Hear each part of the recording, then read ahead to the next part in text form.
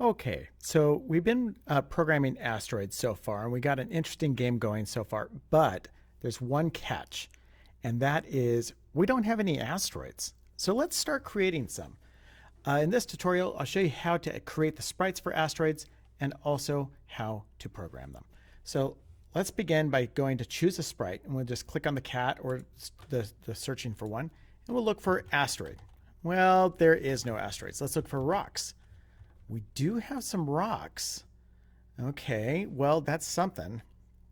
That's just not much, though. So I think what we could do is find a better asteroid online. So I'm going to go do a search. Asteroid. And let's go PNG. And we'll go images here. Let's see what we can find. There's an asteroid right there. That one's not bad. That one's not bad right there either. But the problem is I want a PNG. Oh, this one is a PNG. Look at that. That's beautiful. Here's another one. That one's good too. It's a little smaller. That's okay. We could have different size asteroids. Let's see. So let's get these two. So I will right click, save image as. I'll call this asteroid big. How about? I'll make that my big asteroid. And right here, I'll right click that one, save image as, and I'll call this one asteroid small. Okay. I've got a couple asteroids. So if you can find some, that's great. If you can create some yourself, that's also great. However you want to do it. Let's come back over here, and we're in the costumes right now. Let's go back to our code. Okay. Well, you see, the problem is we're not going to add it to one of these pre-existing sprites. We need to create our own sprite. So we're going to go upload sprite. And let's go get our big asteroid. We'll go open. Okay, that is a significant asteroid right there. Okay, let's shrink it down a little bit. Let's go maybe about 30% of that thing. Okay, that's a nice big fat asteroid. It even has a little black shadow you can't quite see. Interesting. I could upload the small asteroid as a second asteroid. That's one thing we could do. Or I could have the big asteroid, like when it blows up, turns into smaller asteroids, and have the other one be like clones or something like that. I think I might do that. So in here, what I'll do is I'll go to my costumes, and instead of uploading my second one as a sprite, I'm going to upload my second one as a costume. So I'll come in here, and I'm going to get asteroid small. There it is. And they're already named. Asteroid big, asteroid small. Now, the small asteroid is not much smaller right now, so let's fix that. Let's come in here, and we'll literally change the size of it. We'll center up that little blue plus sign with our crosshairs. And then, so we can switch from big to small. Let's make it just a little bit smaller. How about? Great. Okay. We've got the big ones. We've got the small ones. So what now? Well, let's code them. Let's make them move around. And instead of starting with the green flag, what they're going to do is we're going to start these guys when we receive game start. So when I receive game start, remember we created that for our rocket ship and everything else, and for our play button, right? So what we'll do with this is when I receive game start, this is when we'll start having the asteroid show up. So we could go into our coding, go into looks, and we literally want it to show. But that does mean at the very beginning of the game, I want these things to not be showing. And so therefore, back under events, under green flag, we want them to hide. So, oh, and I almost forgot, the music is on. Let me disable that for just a little bit so that it's not so loud. So let's go ahead and start the game here. We'll hit play. And there it is. The asteroid shows up. But it's the small one right now. Let's make it the big one that shows up, right? So we want the big asteroid there.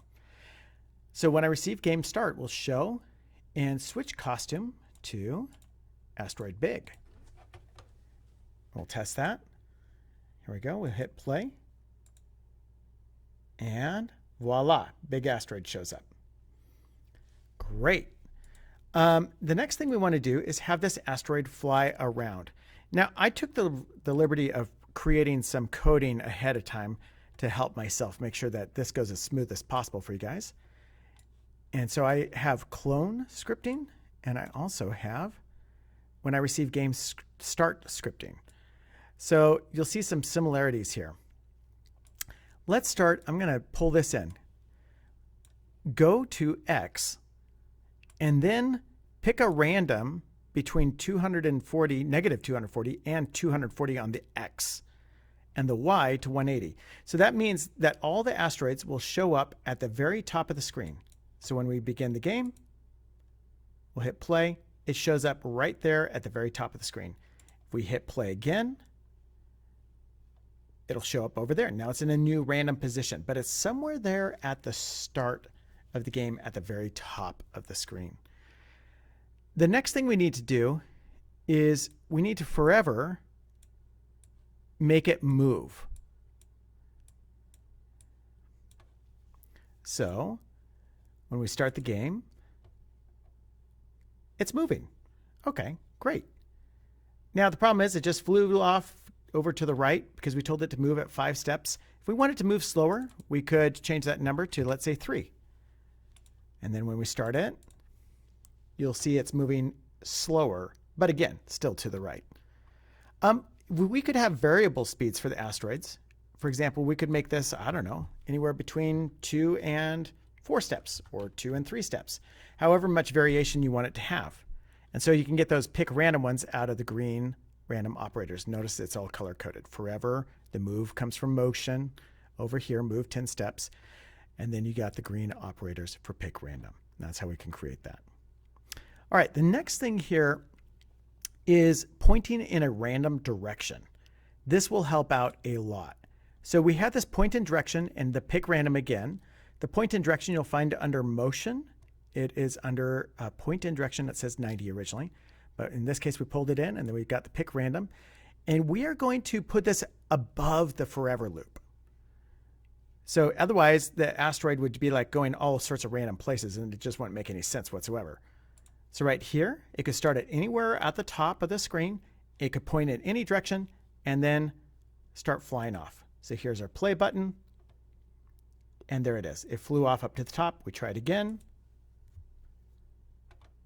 And there it is. It flew off a different direction. Try it again. Now it's flying off to the left.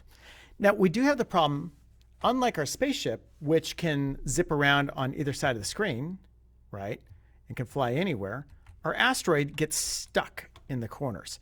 So let's fix that. Here's a really easy way to fix that. I have this big old line of coding here that I want to show you. This is really easy to get. Why? Because we already built it in our spaceship. If you come down to the bottom of our spaceship, you have this line of code. When I receive game start, look at the bottom of this line of code.